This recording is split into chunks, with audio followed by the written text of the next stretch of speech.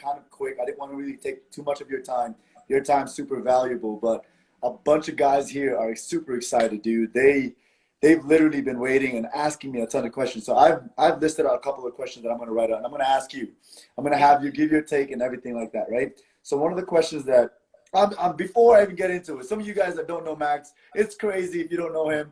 Max is multi world champion, multi national champion, current dominant by far in terms of carry optics.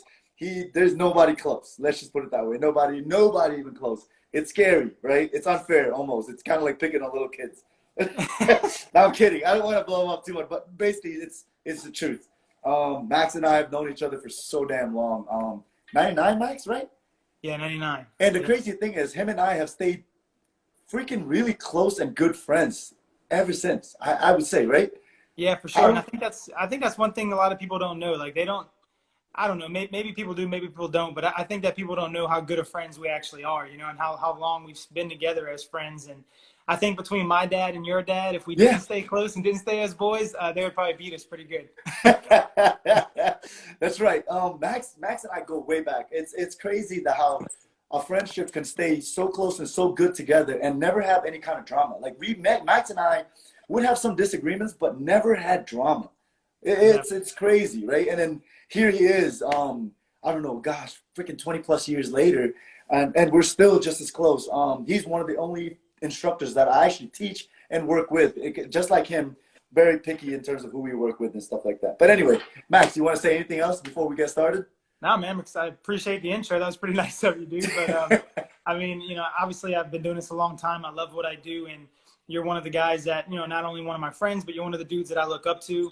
And if I had somebody that, you know, I was going to send my kids to go train with, you're one of those very few dudes that are on my list, man. So I appreciate you giving me the opportunity to be here and help out with your guys. Dude, super awesome. Dude, I just scanned through the comments. It's crazy. People are going nuts. People are saying Max is going to break the IG and all that stuff. You've overloaded it and stuff. I just got tons of hearts and stuff like that on my screen. I don't know if you see that, but yeah, cool.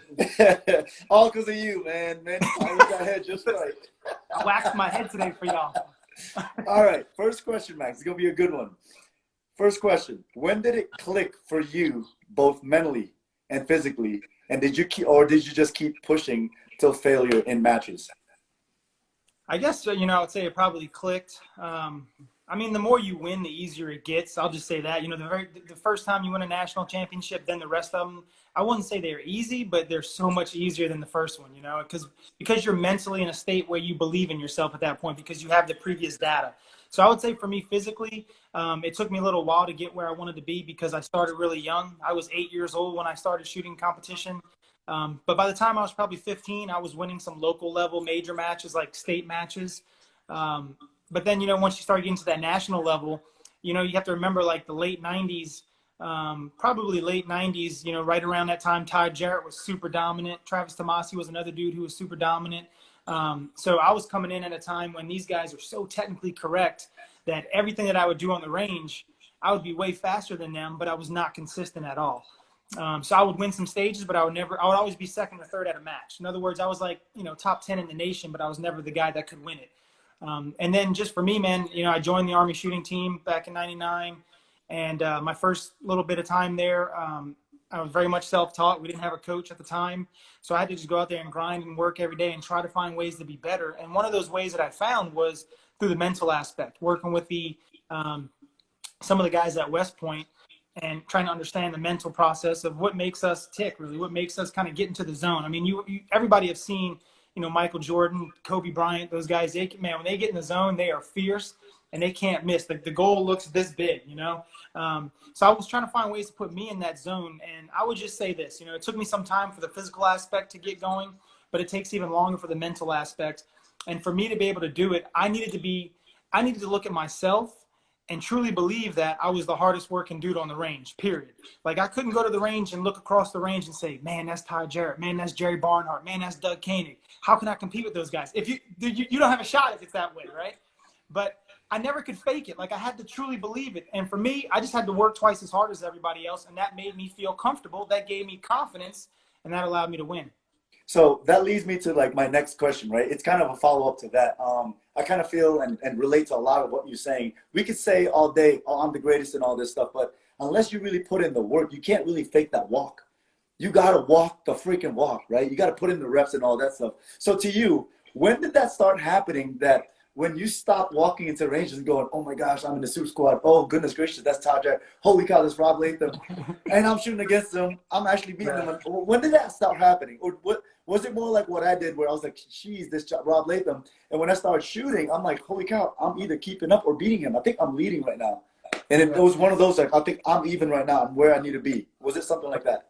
Yeah, for sure. So it was probably 2000, because in '99 I didn't go to the nationals. I was in basic training, and in 2000 when I went to the nationals, when it was all said and done, I was third overall, and I was like, dang, like I'm one of the dudes who can win this thing now. Like that's when it first hit me, right around 2000. So probably 10 years into my shooting career at that point, I felt like I was good enough to compete.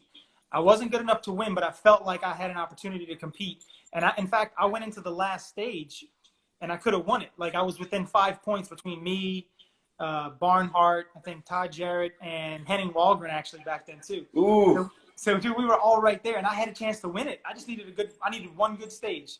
That was it. And of course, I fell apart because I wasn't mentally ready for that. But dude, you put me in that situation now, I'm probably going to win it 9 out of 10 times, because I'm capable and ready to accept that type of, I wouldn't call it pressure, because I'm ready to absorb that kind of information of overload of like, oh my God, this is about to happen. But yes, I would say, like, for me, it was in that point when I realized, all right, I need one good stage out of 20 and I can win this match right now. That gave me the confidence to believe in myself that all the work that I have been putting in at that point has been working, and I'm just going to keep working. Because at that point, and I was young, man. I was probably, I don't know, 19 years old, 20 years old. I mean, I had a lot of growth potential there still to go. I mean, mentally, I was starting to be where I wanted to be, but I needed more consistency. So I would say for me, I flipped that switch on right around 2000. Yeah. Hey guys, don't get this wrong, right? Max and I kind of had like similar upbringing, and father. Now we're family. We're fathers and all this stuff. We're husbands and all that. And we had early successes in our career early on. Like we'd have like a tease of making a top 3 in nationals, a tease of top 2 at area matches, like literally just a % away from like Jerry Barnhart. But it wasn't until we started, like we even won some of those during our early careers, and it was just that what we didn't realize, or what we realize now, is that was when work just started for us. That was when development and realization just started working for us, and kind of one of those things that as the more you do it, like you said, Max, mentally you just got stronger. You became confident and you believed in yourself. And one of the most interesting things was when you and I had this conversation, I thought I was special.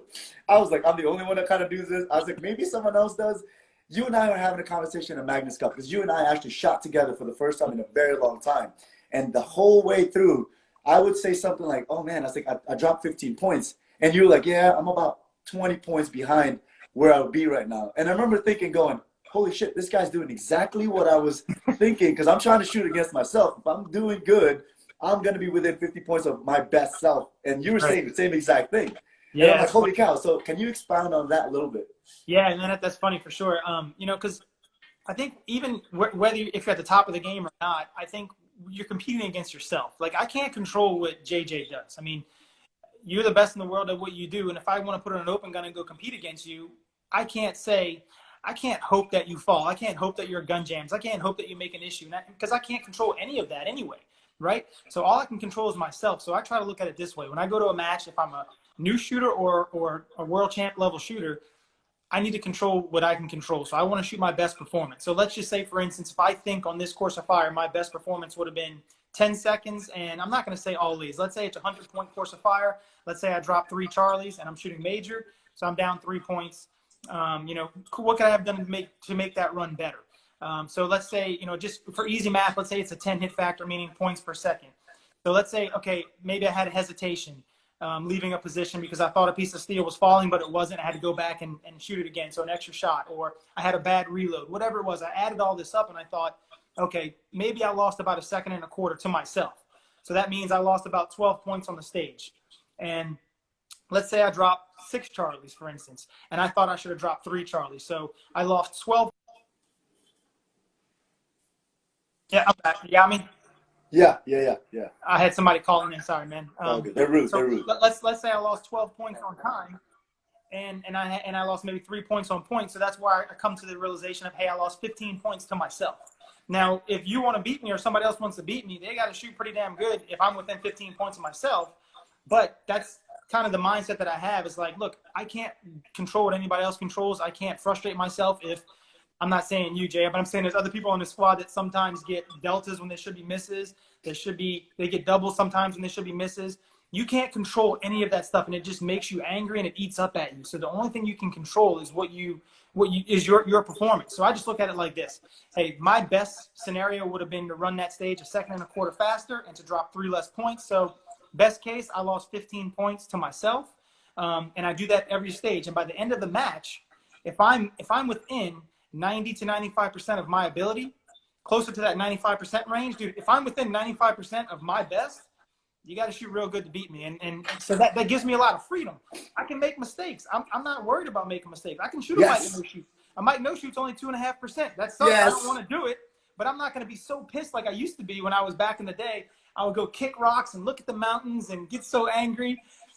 It's not the end of the world. That's only 2.5%. I can lose 5.5% or 6% and still win the match, and I know that, and that's how the mindset that I'm going to keep throughout the match.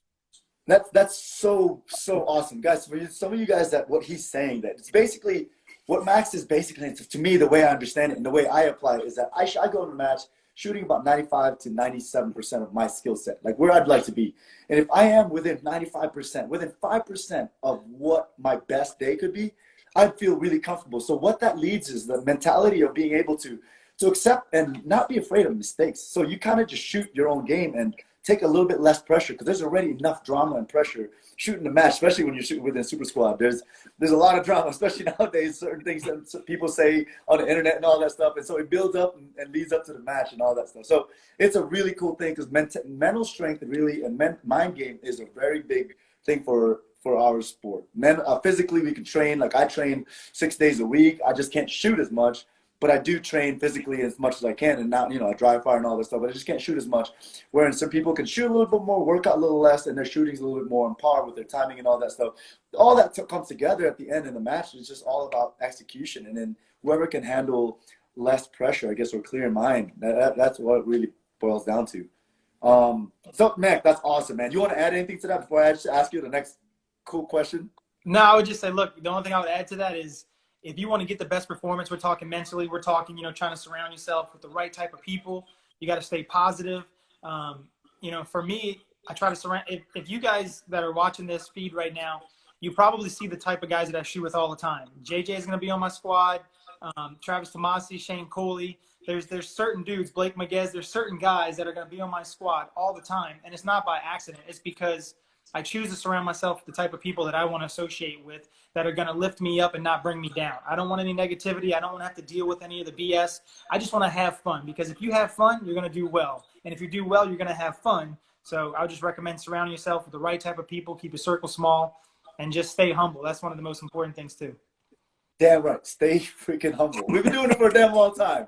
You could go out there, and man, you could go out there and do all types of crazy stuff and say all types of crazy stuff, and it would be all right because you've done it all, right? But you don't. You just don't. What for, right?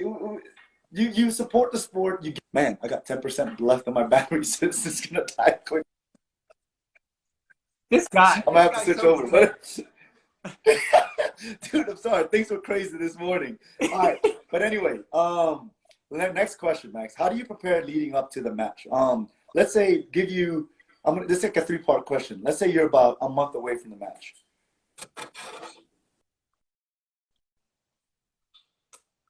You're freezing up there.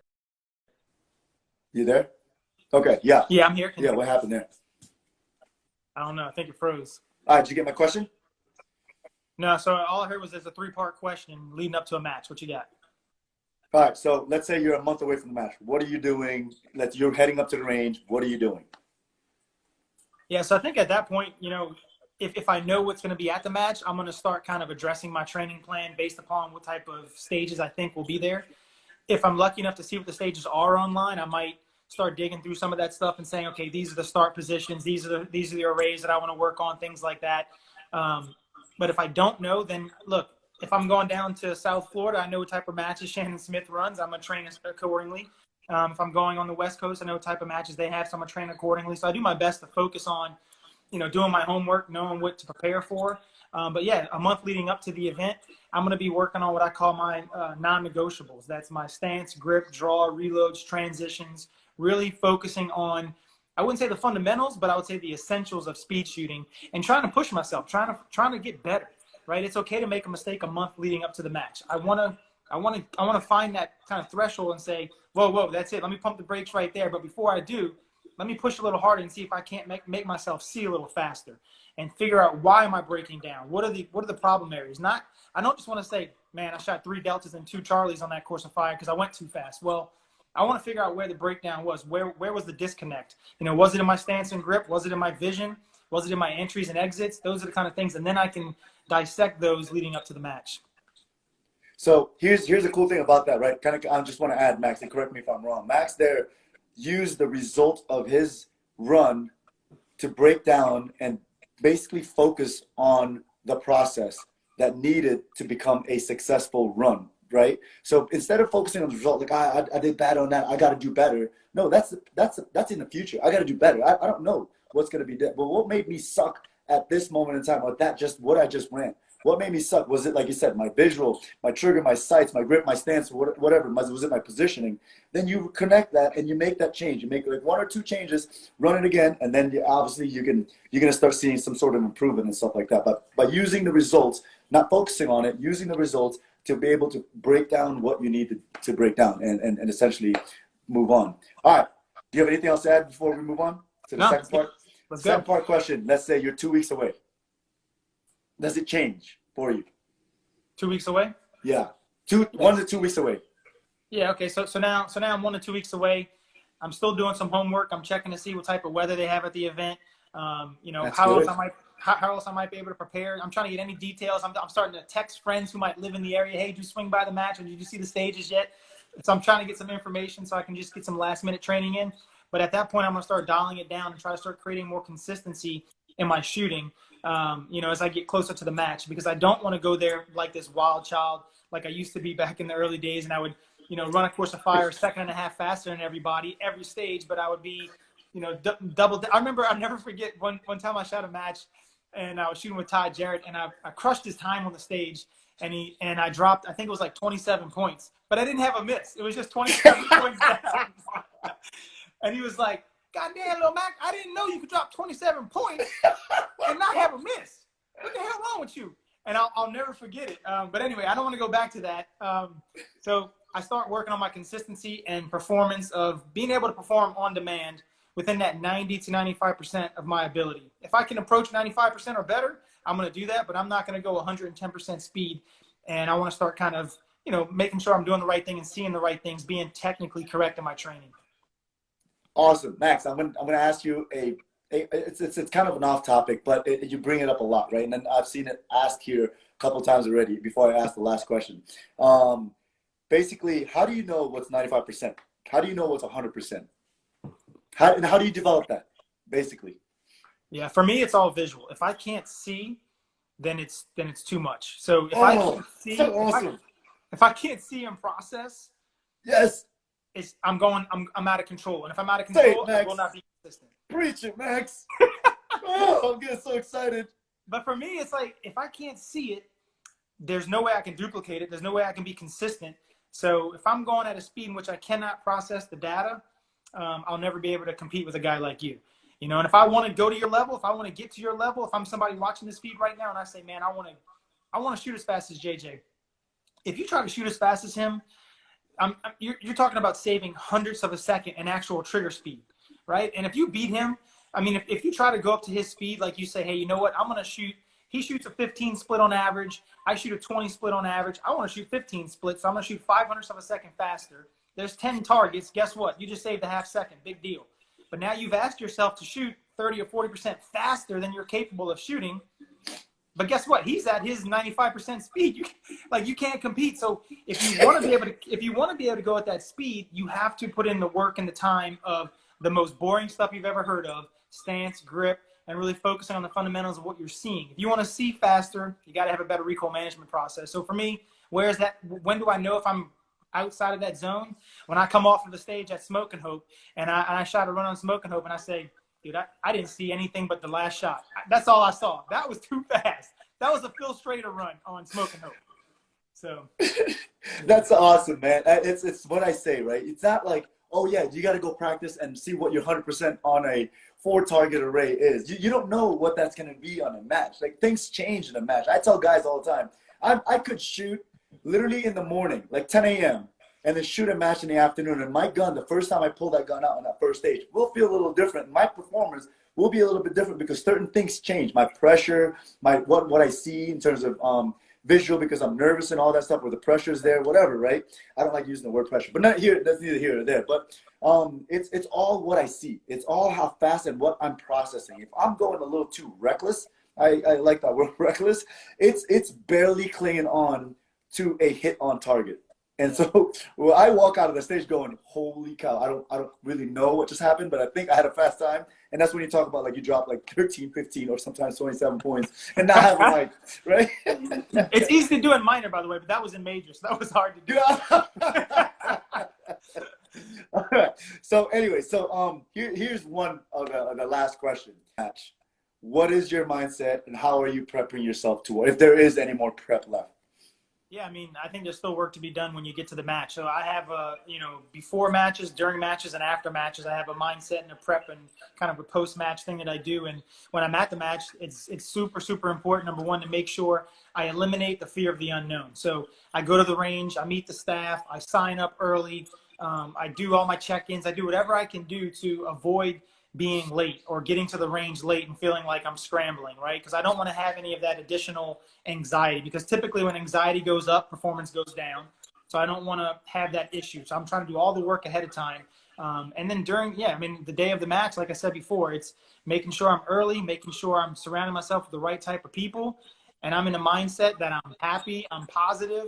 You know, I've already checked with the wife and the kids and everybody's good, so I can focus on what I have to focus on at that time and take care of business. I mean, I might check on them every now and then, but for the most part, I make sure the things that may affect me in mental mindset and may affect my kind of attention at the match, I'm going to try to make sure that's all taken care of ahead of time. And when I get to the range, man, it's just about having fun and enjoying myself and surrounding myself with the right people. And then shooting within my capabilities at that point. I don't care about speed. I don't care about, the time. I don't care about what anybody else's scores are.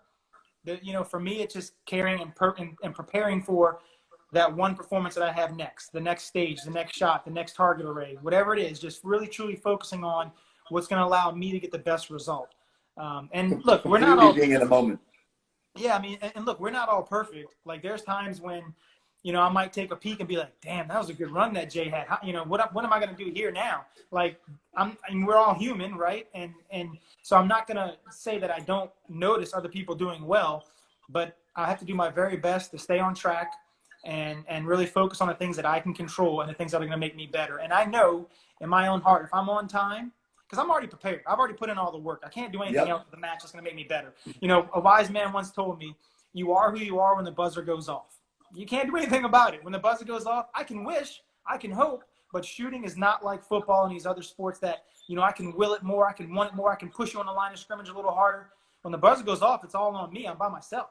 I have a lot of awesome companies that are behind me supporting me and a great family that support me and pay all these sacrifices to allow me to be the guy holding the trophy at the end of the day. But nobody's there holding my hand when the buzzer goes off. It's all on me. And the work is already done. So the only thing that I can do at that point is focus on what it's going to be, what's going to allow me to be successful. And I choose to decide to focus on where are my sights in relationship to the target at all times. If I can focus on that, I know my times are going to be fast enough, probably the fastest or one of the fastest. And man, I'm going to be super consistent and I'm going to do it for 20 stages. The coolest thing is that you and I teach a lot, obviously, right? We've taught together a lot of times already. We get asked a lot to basically they don't want to take the level 1 class because people feel like they're insulted. They always want to take the advanced class, and really, and ultimately, there's really no advanced shooting. Right. It's just fundamentals and basic marksmanship applied in a very efficient manner. And there are a lot of techniques how to do that, how to manipulate yourself in the stage, how to draw correctly, how to reload correctly, all that stuff, transition correctly, all that. But all that stuff literally is the basic marksmanship and our fundamentals. What you just said, all you care about is what you see in your sights and how you pull in the freaking trigger. That's it. Yeah, man. I think that's very well put, man. So, yeah, I mean, there's really no, as you know, there's really no, advanced shooting skills. There's just advanced applications of the fundamentals. So, whoever can run the gun fastest and still hit the A zone is a dude who's going to win every day. Yep. All right, Max. Last question. I'm not going to ask you all these other questions. We got part 2 on Friday. Oh, we do. We do have part 2, guys. Stay tuned. A lot of guys are asking, like, "Hey, is Max going to be asking you?" No. This is just the way I decided to run this because I wanted Max to download information. I'm taking freaking notes. I got my phone here, like on the board. So I'm sitting. No, basically, I'm not gonna ask you like, what would you do if you were 10 points up going to the last stage? Because you and I might be in that situation. I'm not gonna have to share that kind of information. No.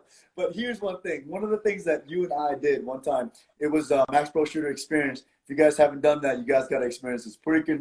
It's phenomenal. Max and Jen does a phenomenal job setting that up. I didn't know what I was walking into the first year, and man, this is what our fifth year now together. Yeah, man. Holy moly, it is amazing. I have a blast. I mean, you can see my energy on that if you guys have ever taken it. But anyway, that's getting sidetracked. One of the things that I was asked, and is always asked of me, I'm sure you get the same thing, is visualization.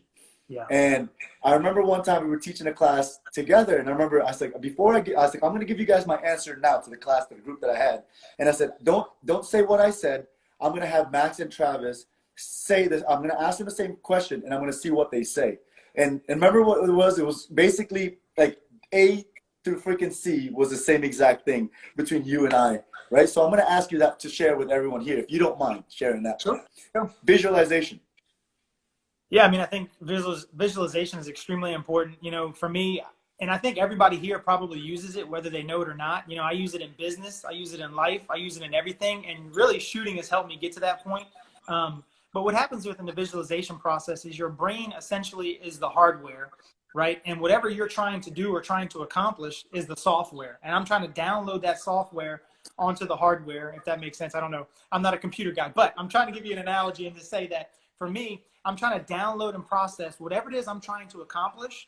I'm doing so over and over and over again in my head, and I'm doing it very successfully.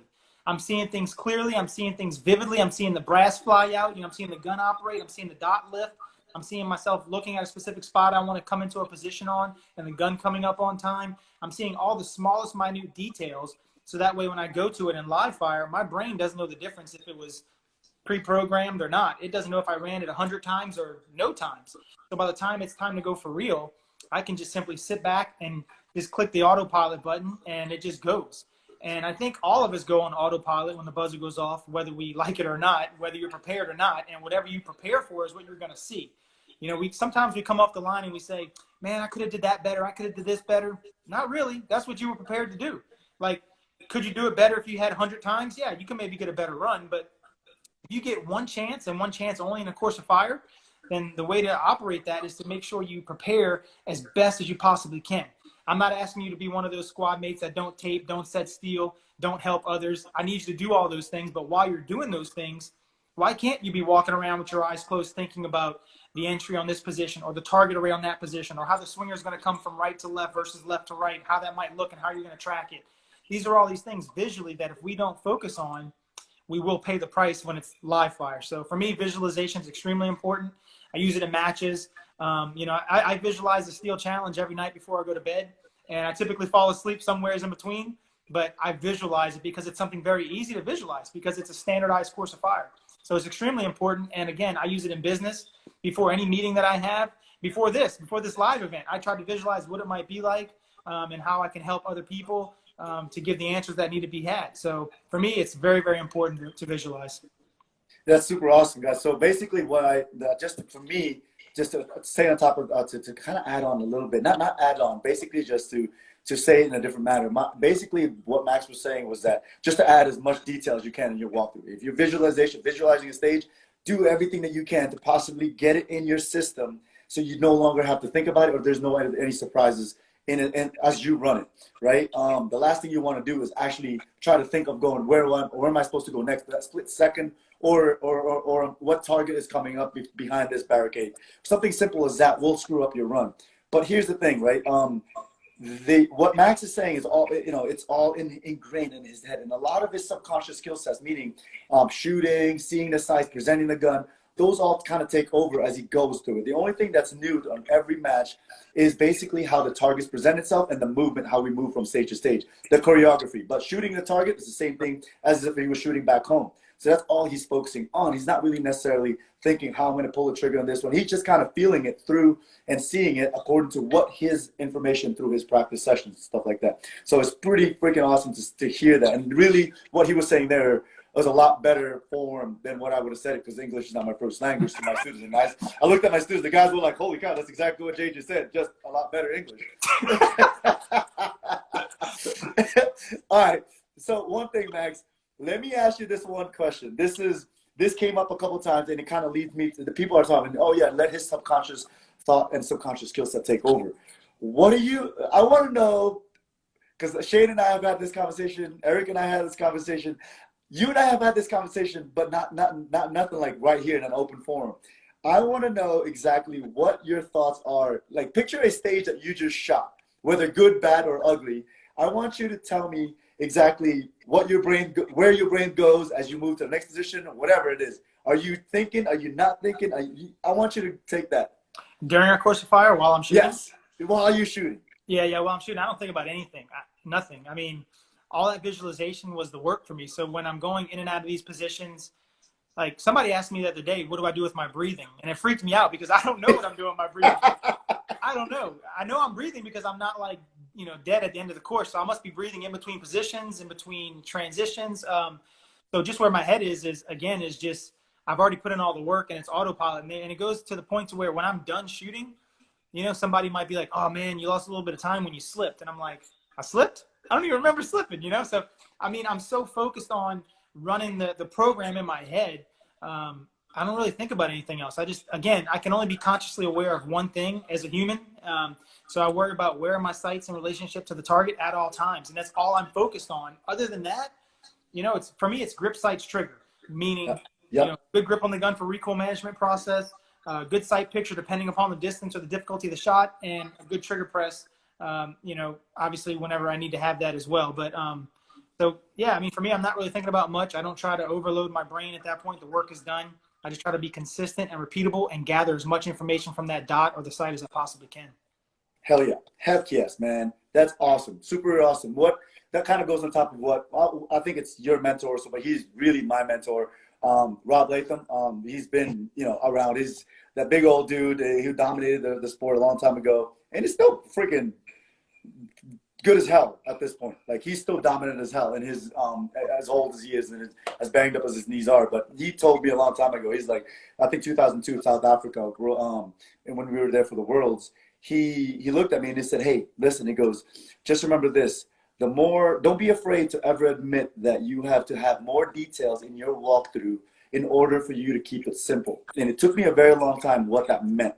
He's like, if you have to think about your footwork coming into this, during your walkthrough and in your visualization, do it. Do it 100 times. If you're worried about this target in this corner, think about how you can successfully hit that target in terms of great details, how your sights will place on that target, how it'll move from a run, how your trigger should feel, and how the top dot should lift off. Add all those details. And don't be afraid to add that detail, because by the time you do 50 times, 100 walk, maybe not 100, maybe like 20 to 50 times visualization prior to you running that stage, he goes, by then it will be simple. It will no longer be, this is how my sights need to be. No, there's my sights, there's my trigger. You've already seen it before you actually executed it and stuff like that. So it's kind of cool to hear you say it in a different manner, basically saying the same thing that he was saying and all that stuff.